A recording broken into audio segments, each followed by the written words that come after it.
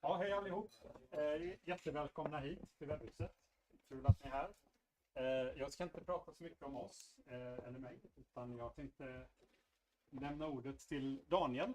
Alla ni som är här vet väl vem det är, så jag tänker att han kanske presenterar sig själv om det behövs. Det står på tröjan där annars.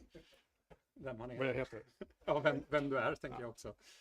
Men över till dig, Daniel. So I'm switching to English too, right? Yeah. Hey. So yes, I'm going to talk a little bit about HTTP3, and it's a mouthful to pronounce. I'm going to say it a lot of times, HTTP3. So let's see if this works. It does not. Well, it does. Okay, this is me. I've been working with HTTP and the networking and client-side TCP networking for well, over 30 years by now. I started cURL, the precursor to cURL, in 1996, so I know a little bit about this. I work for Wolf SSL. I do cURL full-time these days. That's actually a picture of my workplace at home. Anyway, if there's anything to ask, if I'm sort of unclear about anything, or if you object to what I'm saying, just ask, and we can get to questions afterwards too. So let's do this. So this is how the world looked like when we started with HTTP back in the 1990s, and in HTTP1 came in actually 1997, the first one, and then we shipped HTTP2 in 2015, and a few years ago we shipped all the RFCs for HTTP3. So it's been a development. We have had HTTP for a long time, and we've really got into a internet and web where we do pretty much everything over HTTP these days. So it's certainly a popular protocol in that aspect. So you all know this is what HTTP looks like. Here's an HTTP1 request. There's a method, there's a path and version, there are headers in the request, and there's a response, there's headers, and there's a body, blah, blah, blah. It looks like that. You all know that. And it has looked like this pretty much since HTTP 1.0. 1996, I think the first RFC. We did HTTP before HTTP 1.0 as well, but then it didn't have any version number. So Tim Berners-Lee created HTTP, but then it was called HTTP. Afterwards, it's been called HTTP 0.9, and it only had the verb, no headers, nothing. It was not really very well, not very good protocol. Anyway, so HTTP started and still works over TCP to a large extent. So in TCP, networking 101, TCP, the first RFC for TCP is from 1981, so 43 years ago, and it's a transport over IP, you know that, right? And there's a connection.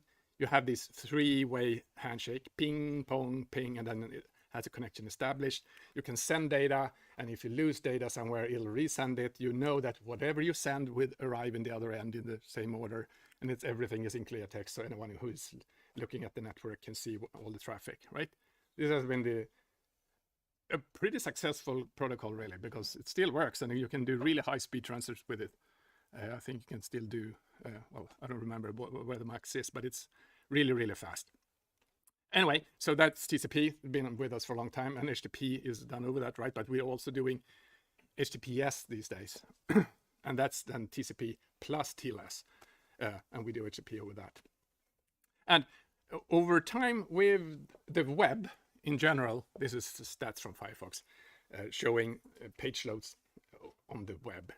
And I've sort of dimmed out the graph because it's not terribly important, but the trend is like this: more HTTPS on the web over time.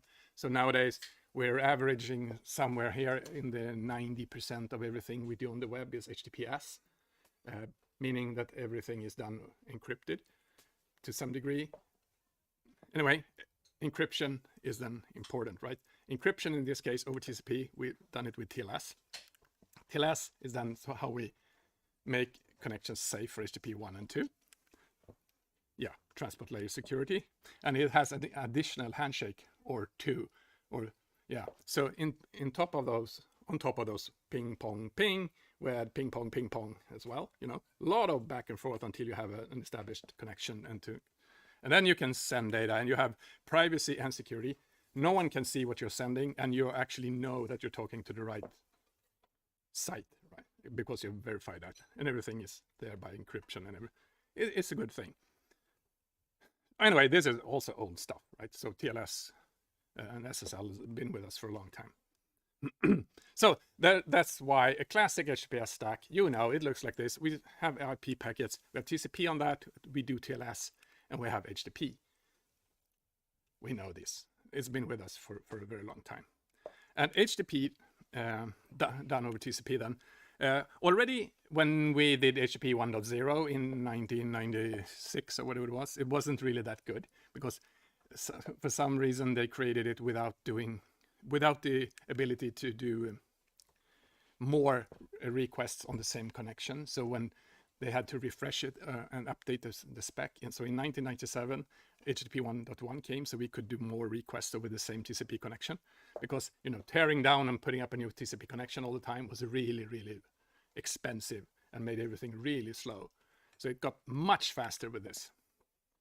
And how do you get it and make it even faster? You do more parallel TCP connections, because you want to do more things in parallel, right? While with HTTP 1.1 you would otherwise do things serially, get one image and then next image and then the next image. So if you want to get a lot of images in parallel, you create more connections. Typically with HTTP 1.1 you do 6 connections to each host name, right? And websites then came up with a great idea that you can just make up more host names and get more connections. So in many cases, a browser would set up to, I don't know, 100 connections to get all of those images at the same time. It was better, but all of these new connections turned it into, again, a really ineffective use of TCP, because you had to create a lot of new connections, do a few HTTP requests, and then close them down again, because moving around on websites or between websites, you can't keep all those connections alive as a browser. Just too many connections. So you basically end up with browsers that are creating a lot of TCP connections and tear them down, set them up, tear them down, and TCP is very slow in the beginning. There's a slow start period, so you have to ramp up speed over a TCP, which means that if you create them, tear them down, create them, tear them down, they never get up to a very fast speed.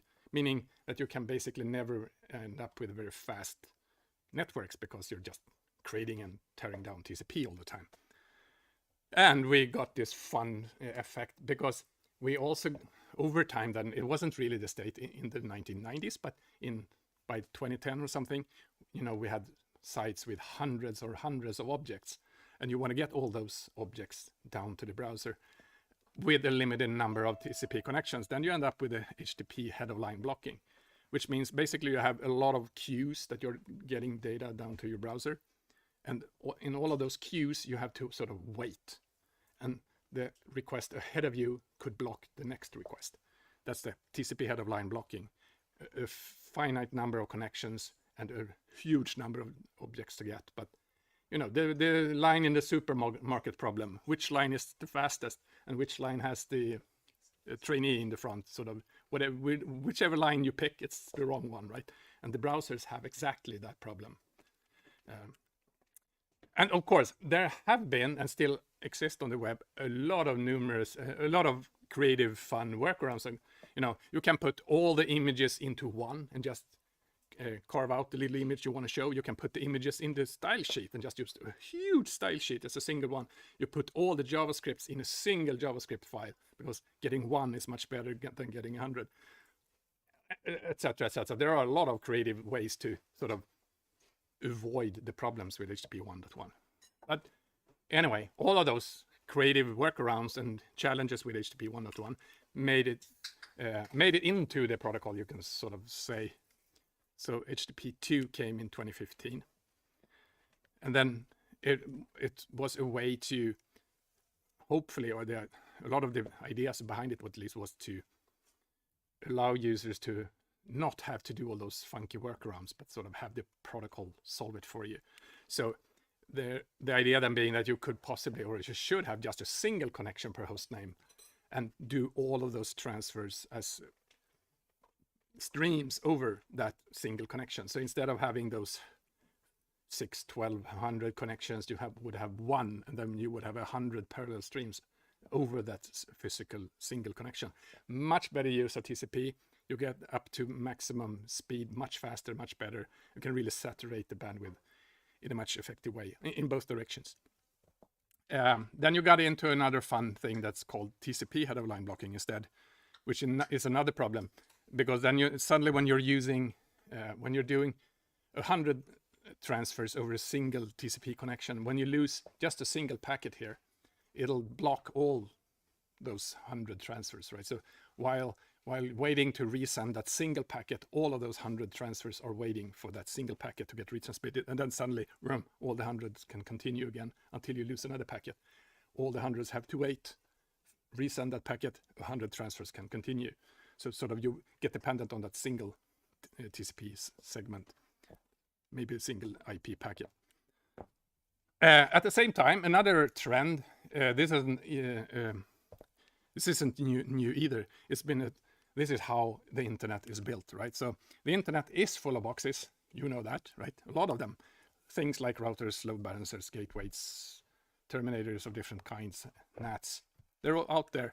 And they all run software, of course, and they all run this software that possibly, ideally, it was state of the art when we put it there, and then we left it there, and they're still there 10 years later. And they still know how the network worked when we put it there. And they all sort of know how existing protocols should work. And this is the term ossification is then basically how we get stuck in time. They know how things work, and they sort of reject things that doesn't work the way they know how things are. I'll explain what I mean. Right, and a big part of the problem is also that these boxes, they're the operator-owned ones, right? They run somewhere in the internet. You don't have, it's not the servers you admin, it's not the clients that you run. They're somewhere in between you and the server. Someone is running them, and they don't upgrade very often. They do occasionally, but most of them are just old. Yeah, so they were, this is the internet, and that's the site we want to talk to, right? And here we are, up in the left here. So, and then we just communicate through a bunch of machines on the internet, right? Those are the middle boxes, 4 of them on this image. And they know how things used to work back in the day. So for example, if you want to introduce HTTP2 in clear text, HTTP2 is a great new protocol. Why do we have to do that over TLS, you might say? We can do it in clear text as well, right? HTTP, just upgrade the protocol. Right, because when you try to do TCP over the internet on port 80, as you would do with HTTP1, a lot of these boxes, they know what that means. TCP, port 80, that's HTTP1. So they will ruin traffic if you try to do something else, like HTTP2. So basically, over the internet, you can't speak non-HTTP1 over port 80 because they know how things work. Or sort of know, yes. You could do improvements to TCP. There's this fun thing called TFO, TCP Fast Open, invented way over a decade ago. It's a way to send data earlier in the TCP handshake so that you would, instead of doing that 3-way handshake, ping, pong, ping until you have a connection, you can actually send data already in the first packet. So sort of save a lot of time by sending data earlier. Great idea. It works in theory, but again, the boxes, the 4 boxes, if you set that little bit, I want to do TFO, they see that. No. This field is supposed to be 0. A 1 here, that's bad, throw it away. Basically ending up, so if you try to do the TCP fast open, it ends up as a very slow open because you have to resend it again without the bit because it gets lost on the way. They know how things used to work. Shouldn't be a 1 there, should be a 0. The same way, of course, trying to invent a new protocol next in the protocol layer. I showed you that sort of the stack. If you would do something else than TCP and UDP over the network, how would that work? Your NAT at home, does it accept anything else? Nope. It'll be just that's completely wrong. Nonsense. It can't be anything else. You have to stick to TCP or UDP. Another thing we introduced quite a while ago now too, the Brotli is a new compression. Well, it's not new now anymore, but it was new. So instead of gzip, how to compress the payload better, basically, for HTTP. In some cases, a lot better than gzip. Hey, that's good, right? We can send less data. It'll end up faster. Except if you do it over HTTP in clear text. Again, what do you think a lot of these machines know? They know compression. This will help you compress it better. So instead of the throttle ending up in the sort of correct in the client side, no, it would be broken because someone through there sort of helped us by recompressing it into gzip when it said it was Brotli. Or so these days, all the browsers they don't do Brotli over HTTP, but they do it over HTTPS because then it's encrypted and those middle boxes can't meddle with it. And this goes on and on and on. So basically all this ossification, whatever goes on in clear text over the internet, forget it. It's stuck in time. We can't fix that. It's just how it works. We can't do anything about it. So we can't do anything unless we encrypt. And the more we encrypt, the more we can invent and change. So we need to pretty much invent things, do new things in spite of this weird way of internet functionality. And QUIC is a way to do that. And it's not an acronym, it's a name. And don't trust the Wikipedia on this fact, because it says so in the spec. So it's called QUIC. QUIC is a new transport protocol, even though I just said that it's really hard to make a new one. And when you do a new transport protocol, I told you the RFC for TCP is 40 years old.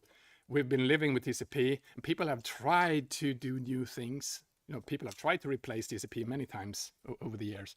And also people have had the chance to have new ideas on how things should get done, right? And now suddenly you had the chance making a new transport protocol. What do you do? How can you fix what's wrong with TCP and what should you do? And what so of course you could fix this thing I mentioned about TCP head of line blocking. If you do many transfers over a single connection, we could fix that. We could do faster handshakes. The TFO thing I said, send data earlier in the handshake so that we can get data faster, reduce latency. That's basically the same. And we can, one of the funner things, I won't get into this much, but with QUIC, for example, the connections are no longer tied to IP addresses. So even if you changed your IP address, you can keep the connection, which is unheard of in TCP land. So if you walk away from your Wi-Fi out to your cellular network, you don't have to, cut your connection and create a new one. You can just bring the connection with you, which is the parking lot effect or whatever they call it. It's a pretty cool way. And you do this, and by encrypting more, and in the QUIC case, it's even more data encrypted than with TCP and TLS. Basically, everything is encrypted now to reduce the risk that someone will ossify everything and increase the chances of it being possible to actually continue develop and continue improving this over time. So basically, this is a new protocol built on top of UDP. We pretend UDP is IP, so we just use UDP as the transport layer. Because TCP and UDP will remain sort of those protocols on that layer. We just build on top of that. So we use UDP instead of IP, and we build a new TCP-like protocol on top of UDP. And we bundle TLS into that. So basically, a new TCP thing with TLS on top of UDP. But we don't call it TCP2 for some reason, or rather mostly because the creator of this protocol, he showed us this picture once, and I think it's a fun picture, so I've kept it. And it was sort of a tribute to, his name is Jana, he's pretty much designed the basic primitives of the protocol. Anyway, so in QUIC then, it is then a TCP and TLS replacement, but it has streams built into it. If you ever used SCTP, it's similar in style. So you have logical flows then within the single connection. You can set up a single connection and do many individual transfers over that. Like HTTP2, but now moved into the transport layer because QUIC is a transport layer and we do HTTP on top of it. And you can also do transfers in both directions, of course, or sort of streams in both directions. You can even do them unidirectional. And they're, what is fun is that they're independent of each other, meaning, and that is why the TCP head of line blocking problem is gone. And it means basically this: when you do a connection over TCP, they're all related, right? They're all connected. So if you lose one of these, if you lose a green one here, both these are two streams, right? They're multiplexed over the wire. So there's the green one and the red one. They're between two endpoints. So if you lose the green one, a packet from the green ones, they both still have to wait for the packet to get retransmitted, and then both can continue. But in QUIC land, there's independent. So if you have this one, a yellow one and a blue one, and you lose one of the yellow packages, it doesn't matter for the blue one. The blue one can continue streaming through. We just wait for the resend of the packet for the yellow one, and then the yellow one can continue.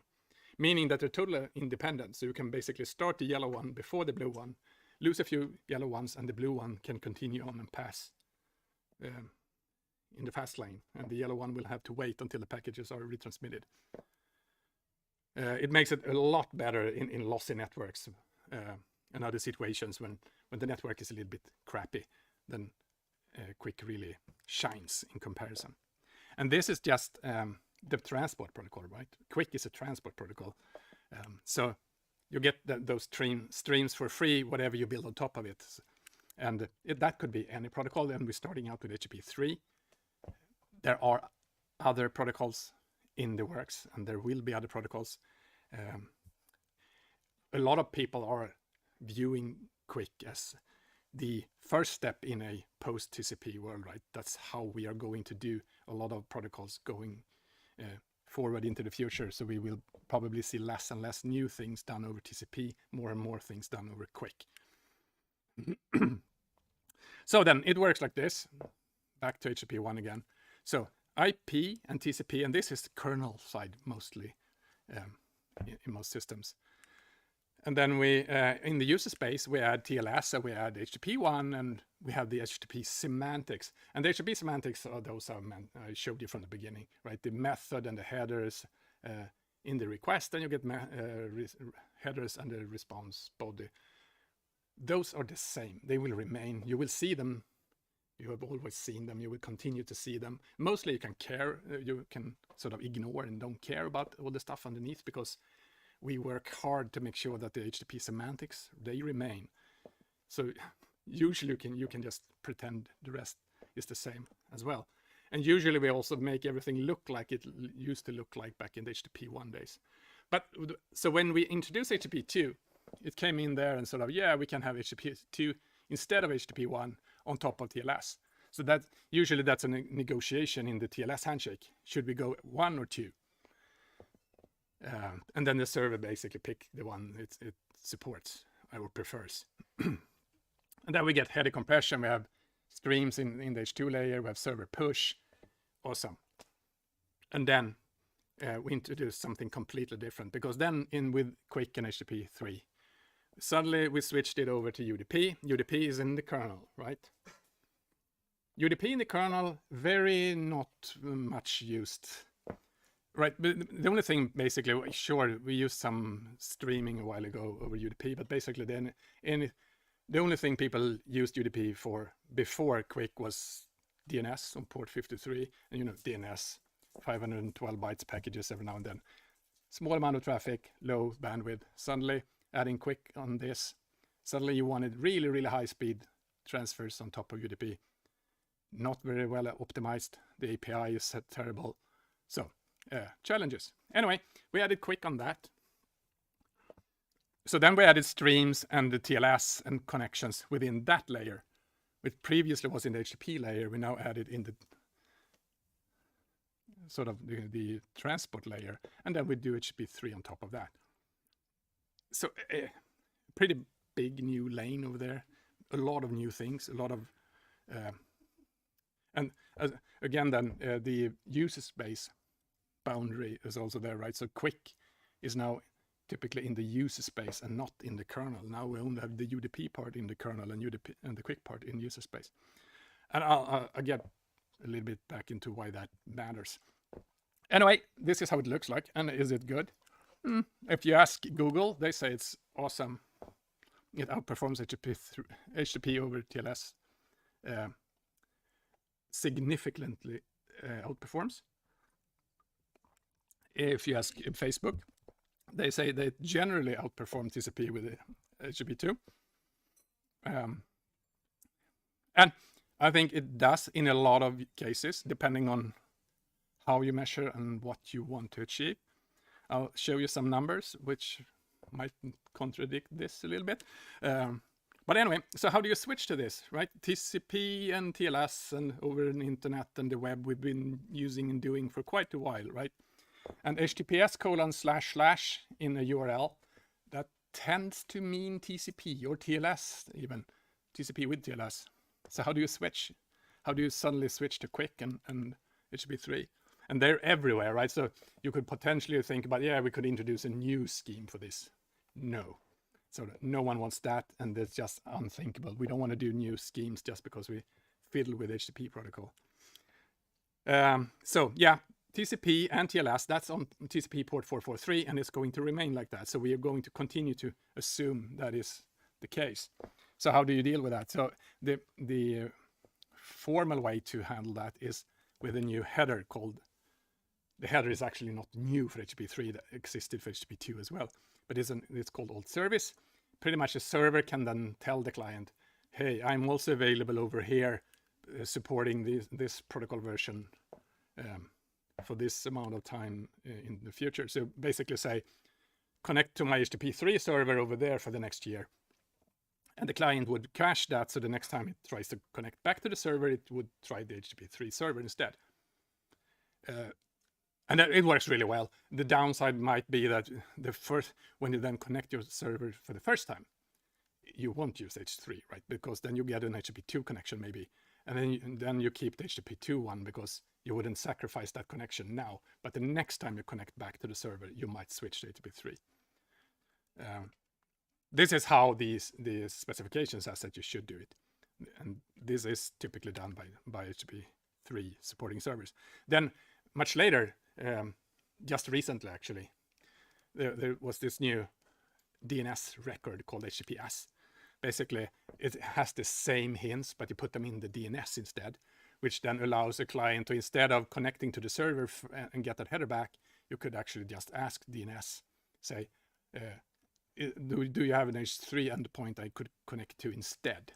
So then you could possibly then save yourself from that first round trip. You won't get stuck on the H2 first. You can go H3 directly if you had resolved the name, the resource record from DNS first. It is in use by browsers, sort of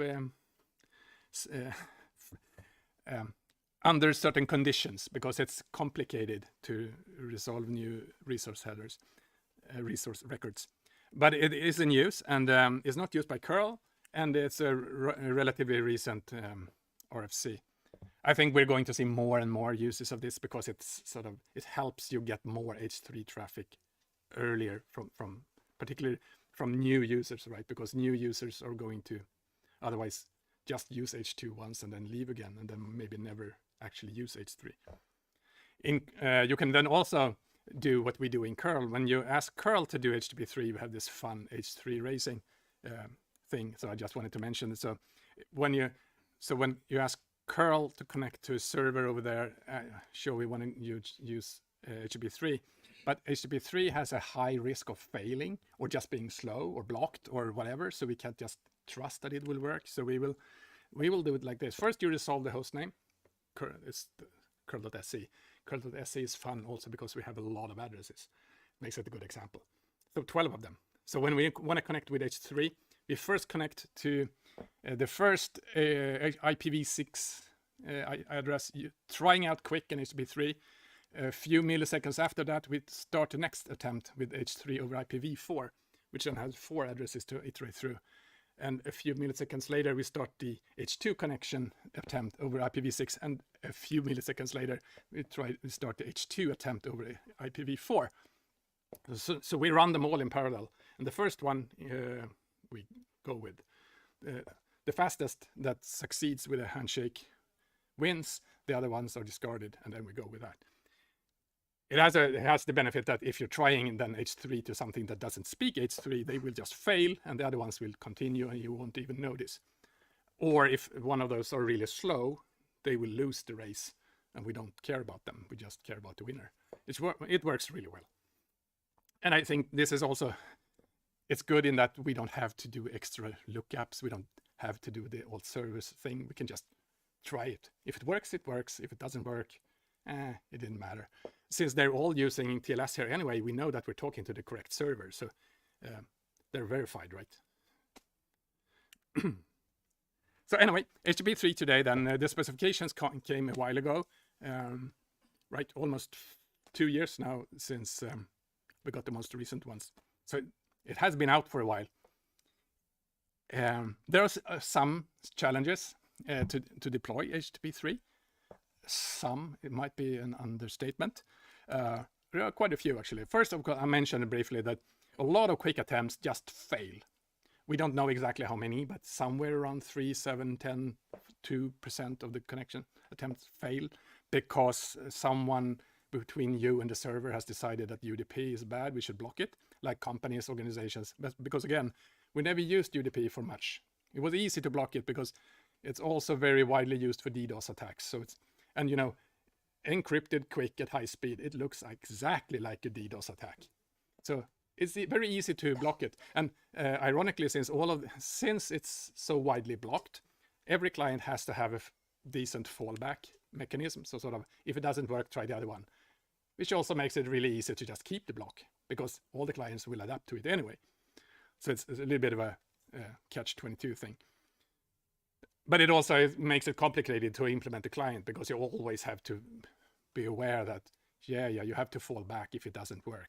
And, you know, just because it worked the last time, it doesn't mean that it works this time because you might have moved, right? You might be in a new network. If you just switch from this Wi-Fi to another Wi-Fi, who knows if it works now? You have to try. It is ridiculously CPU intensive. So sure, it's fun with lower latency, but and encryption everywhere, but it encrypts everything in a new way, a lot more. So it's not hardware offloaded at all the same way as you do with TLS over TCP. Meaning, I mean, I say CPU intensive, but it is in the order of maybe 3 times more CPU for the same bandwidth. So it's quite a lot. Sometimes it doesn't matter, sometimes it does. If you run servers that are already maybe saturated, it might matter. And part of this is, of course, as I mentioned, the UDP stacks here they're starting to catch up now, very unoptimized because we never did. And it is ironic because UDP is a very, compared to TCP, a very simple protocol, right? But it's still, we haven't ever worked hard on making sure that they are actually executing fast and having proper API to do high speed transfers. So a lot of work is being put into that now. So we are slowly seeing the world adapting to that. So it is becoming faster. So UDP is becoming a better option in primarily Linux, and of course it's mostly important in server sides. It is a problem that there's a funny, I didn't mention it very much, but QUIC includes TLS, right? It's part of QUIC and TLS 1.3. But TLS as a protocol was designed to be done over TCP.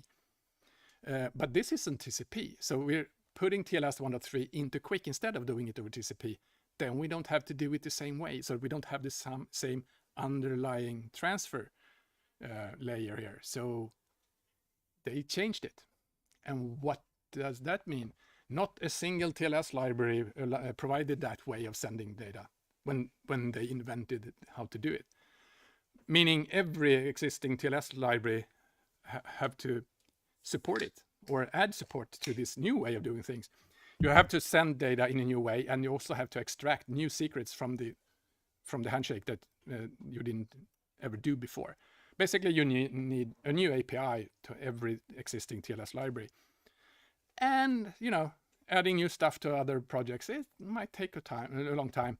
And some projects, they will decide that, no, we will not provide that API at all. And your name might be OpenSSL, and then you say, oh, we will do it our way instead of providing that API. So you end up with a lot of different solutions and the APIs from all different TLS providers. And if you're writing then an application, say called cURL, that supports 12 TLS libraries, they all go with different solutions. It's a mess to support that, or half support and patched versions. It's complicated.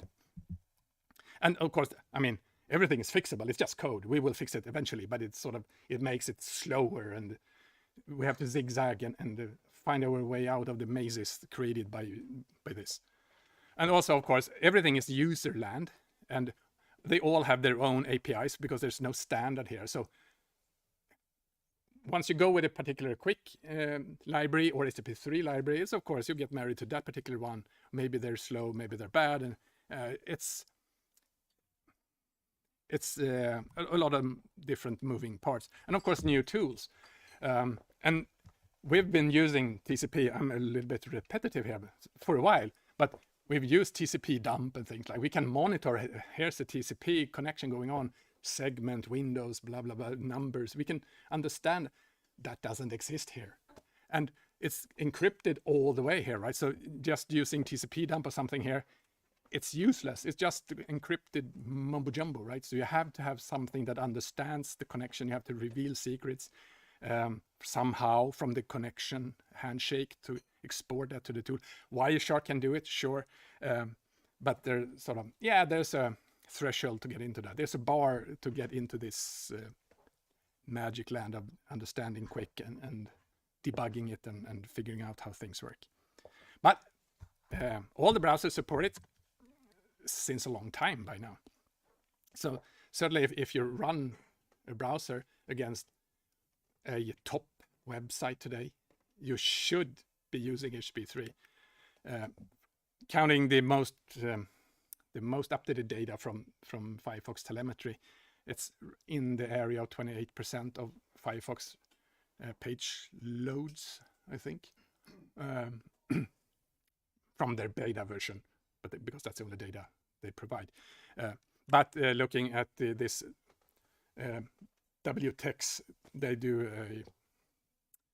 just check the top 1 million websites on the web and check if they support HTTP3 or not, and that's almost 30% of them support it, which I think is amazing. And the HTTP2 then line has decreased a little bit recently, so almost 30% here as well. And the same stats basically from Cloudflare, from their monitored traffic. I think it's for Cloudflare hosted sites. They basically have the same number. About 30% of the traffic, web traffic, is HTTP3. So it's in the ballpark of 30%. And looking at the graph,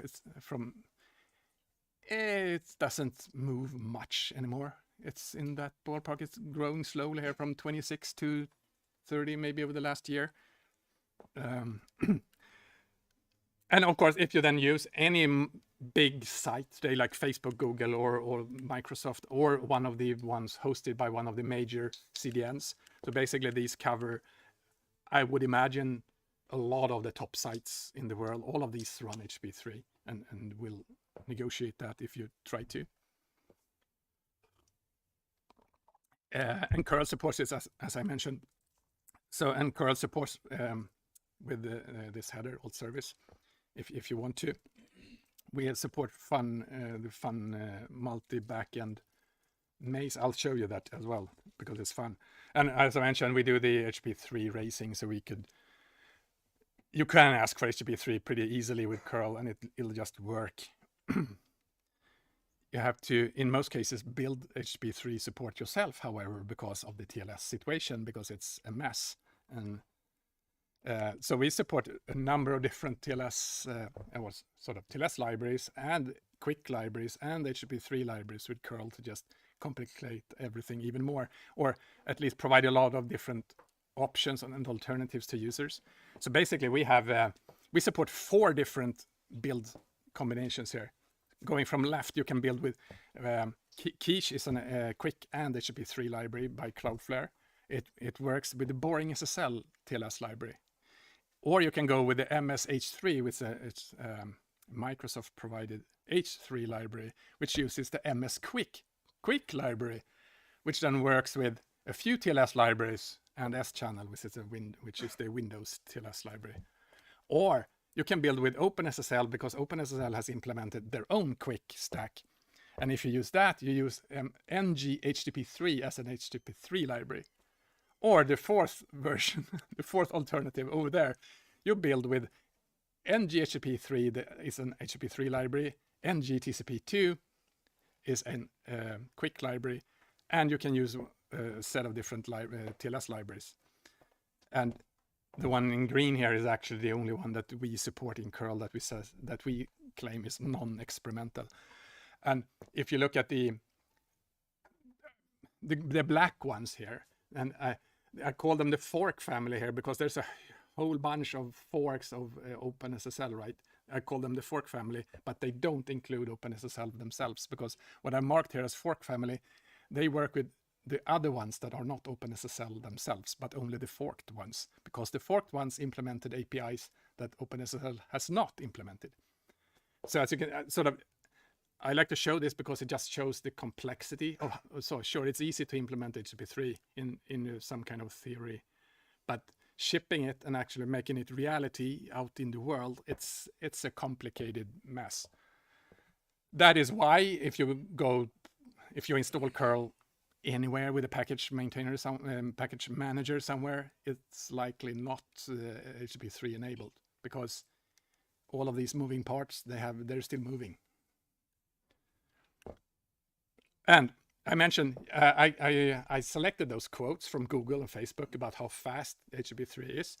And HTTP3 is fast in that it solves these issues. It helps you reduce latency. It's faster in some ways, right? And the fun thing about having H3 supporting curl then is that we can actually verify how it actually works with something like curl.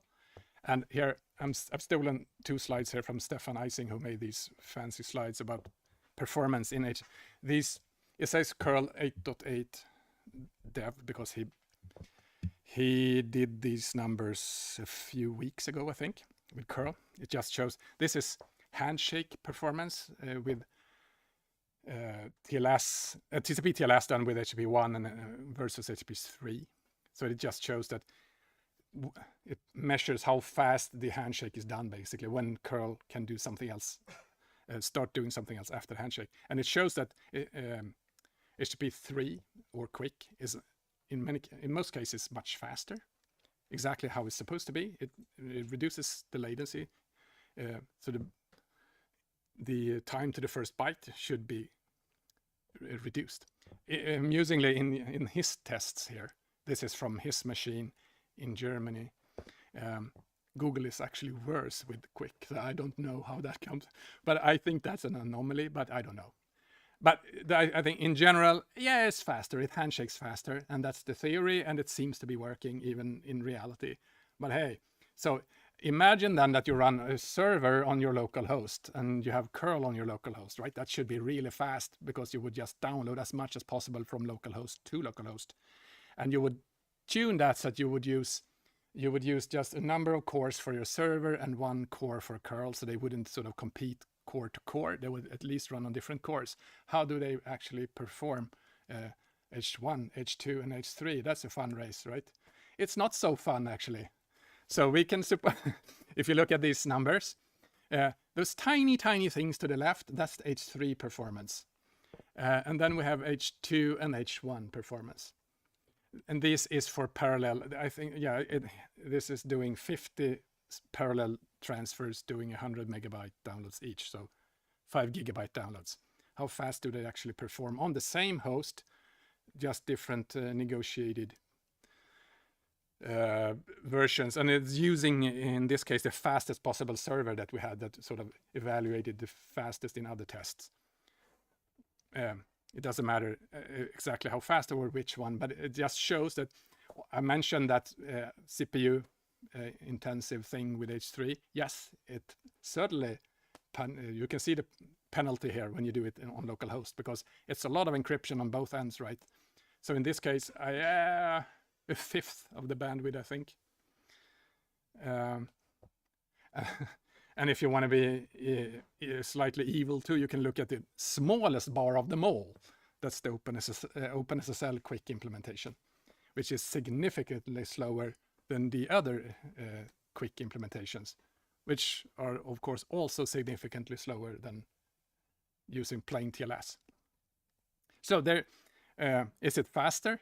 Yeah, in this case, certainly not. Way slower in this case. Of course, you could argue if it's sensible to compare this, or even, I mean, downloading over localhost, maybe not.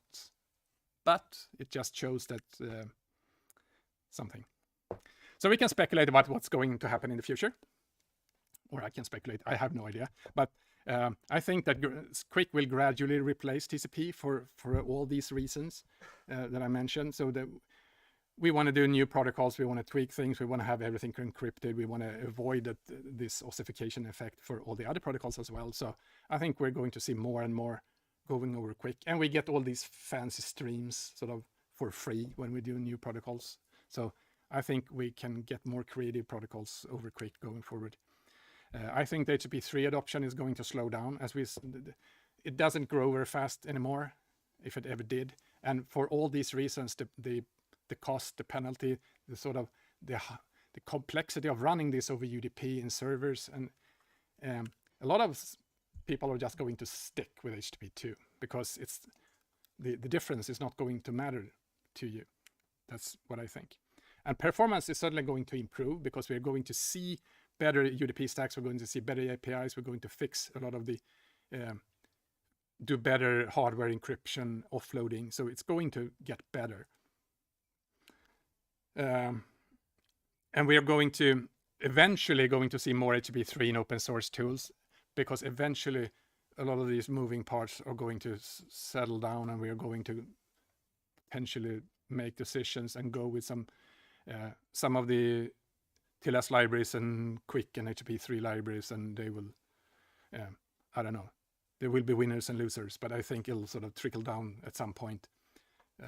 And maybe by the end of this year, we will possibly have an HTTP3 enabled curl in Debian, maybe. And there has been talks about HTTP4. There's nothing real being planned for it. It's not going to happen anytime soon. But internet is still growing fast. There's still a lot of things we need to do and change. So I'm sure that there will be an HTTP4 in the future. No idea what it's going to be. But that's basically what it is. So to just sum up, HTTP1, old, ineffective use of TCP, pretty hard to get fast transfers with it, a lot of parallel connections. We could do it in clear text. Then we came up with HTTP2, multiplexed, binary, everything, fewer connections, TCP out-of-line blocking problems when we lost packages, and then we introduced HTTP3 over QUIC, fewer run trips, individual streams, CPU intensive. Thank you. Any questions?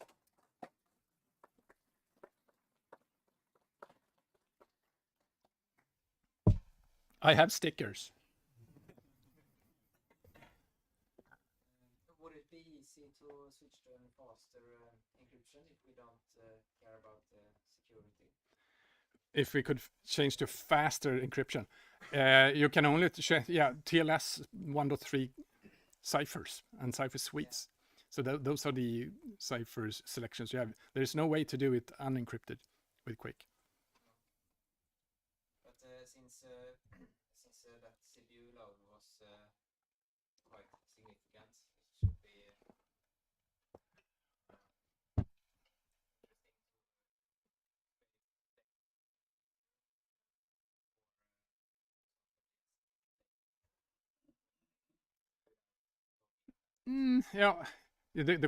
that's a sort of, if you want to select a weak cipher for some particular negotiation with TLS 1.3, but I'm not usually involved in the TLS discussion groups, but from what I hear, they will sort of kick you out if you just breathe a suggestion in that direction, because it's totally unacceptable by that sort of side of So no, I don't think that is going to happen because this is TLS 1.3 and there is no weak cipher among those. So no, I think rather the opposite. I think people are going to continue to make sure that we have strong ciphers, because you don't want to end up with accidentally having those weak ciphers in something that is important. So they will make it really hard for you to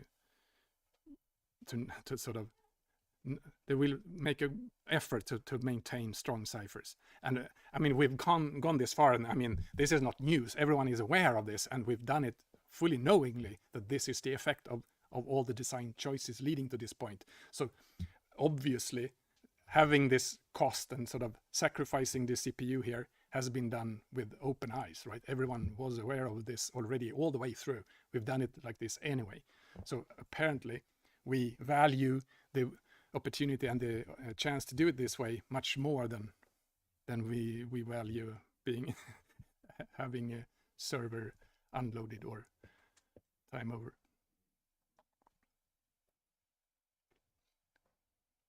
Yeah. About TLS again, is it correct to say that TLS 1.3 is more CPU intensive than TLS 1.2? Which is like most used now. If TLS 1.3 is more CPU intensive than TLS 1. whatever.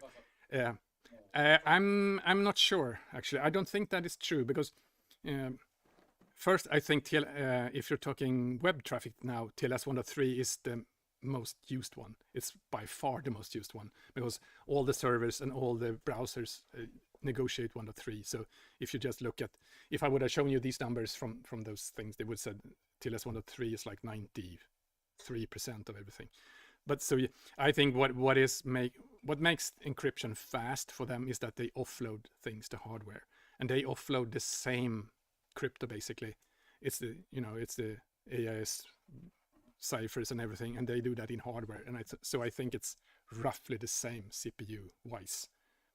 As long as you go with, I mean, sure, if you go with a weak or insecure cipher, they might be faster, but I don't think that's fair. Why QUIC then doesn't offload this? It's complicated, but it's because they changed how they do, because it's not TLS the way they do TLS, because they offload TLS from before, and now we do TLS differently. Previously, you would send TLS frames in messages in way, and now you don't do them. You sort of unwrap them from the messages. You just send raw frames, and you send them in smaller frames, and you have them sent differently. So I'm not following exactly the reasons and the discussions about how to do it, but it's basically you're sending much smaller encrypted packages, which makes it so you have to divide up the work in a lot of smaller packages, and that's much worse for performance. Instead, you want to have really huge chunks, and that's what you do with TLS normally. Now you do it in much smaller ones, and then I know they made it much more complicated by hiding more things. So I don't know the exact specifics there. Sorry. This 30% HTTP 3, could that be due to this that you start with HTTP 2 and you have many servers have just unique visitors? Or, oh, you mean because the first one will not be HTTP 3, so how many of the servers actually support HTTP 3? right, but this I showed you this, how many, this was 29.7% of the top 1 million supports HTTP 3. So no, that's what server supports. The server support is wide, and even I mean, sure, if you just go to a site once, then maybe you will just get HTTP 2 and never anything else. But I guess in most users go to a server more than once, maybe. I don't know, but sure, by the nature of how the old service header works, there will always be something that is not HTTP 3, right? Because the first one will probably negotiate something else. I think with Chrome now, I think they will do the HTTPS resource record. So more and more now they will go HTTP 3 directly. If the server, I mean, if they have that resource record, and I think servers are going that way, because I've been told that old service is not a header server providers like very much. It's going to be a new header coming forward that is different. But anyway. How is SNI supported or handled by HTTP? SNI, server name in identification. So SNI is the only field in the TLS header basically that is unencrypted still. It has the host name of the server you want to talk to. And yes, it is exactly, it's mostly the same as in done over TCP, because it's TLS 1.3, you do SNI. So it's unencrypted, you can still see there. But there's a solution for that as well, right? There's an ECH coming. cURL supports it experimentally since a while back. It's called the encrypted client hello, and that's how you encrypt the SNI field instead. And the ECH works for H3 as well, or for QUIC as well. So the same way you can do ECH with regular TLS, you can do with QUIC. It's way complicated and adds even more moving parts and things but yeah, it's coming. I think both Chrome and Firefox they have ECH support, at least experimentally somehow, in some cases. How do you fix the boxes in the middle to prioritize UDP? We don't fix the boxes to prioritize UDP, but I think in general, I think first, I think Google pioneered the entire thing about QUIC, right? Because Google introduced the protocol way back, actually in 2013, I think they started doing QUIC. And when they started, QUIC was a different protocol. Then they sent HTTP2 over UDP, basically splitting up HTTP2 things over UDP and crammed everything into just one layer. Anyway, they started that, and they experimented with that for years. And they talked to a lot of operators. So they paved the road a little bit for HTTP3, and they made things better. And then I think in general, the idea and the hope and the wish is that by having a protocol that is better, faster, cooler, you want users eventually want to have this. So eventually there will be some kind of pressure that server providers and users want to make sure that this protocol works. So therefore the operators at some point also want to make sure that users on their network can use these protocols. So I think the idea and hope is that over time there will be less of less obstacles and less problems to use these protocols. I'm not sure if it works, but I think there are signs that we're at least slowly are going in that direction.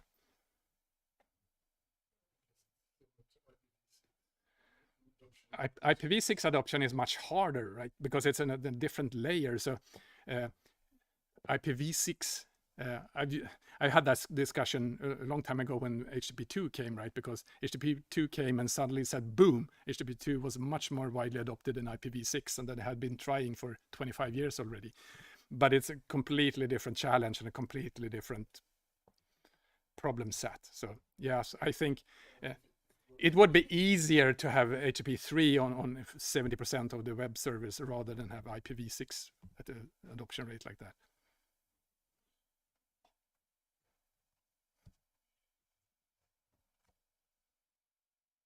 Silence.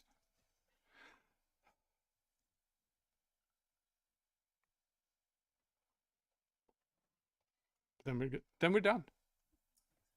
Thank you.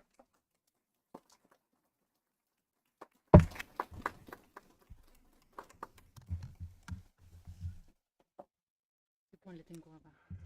Tack för att du kom. Tack. Tack så mycket.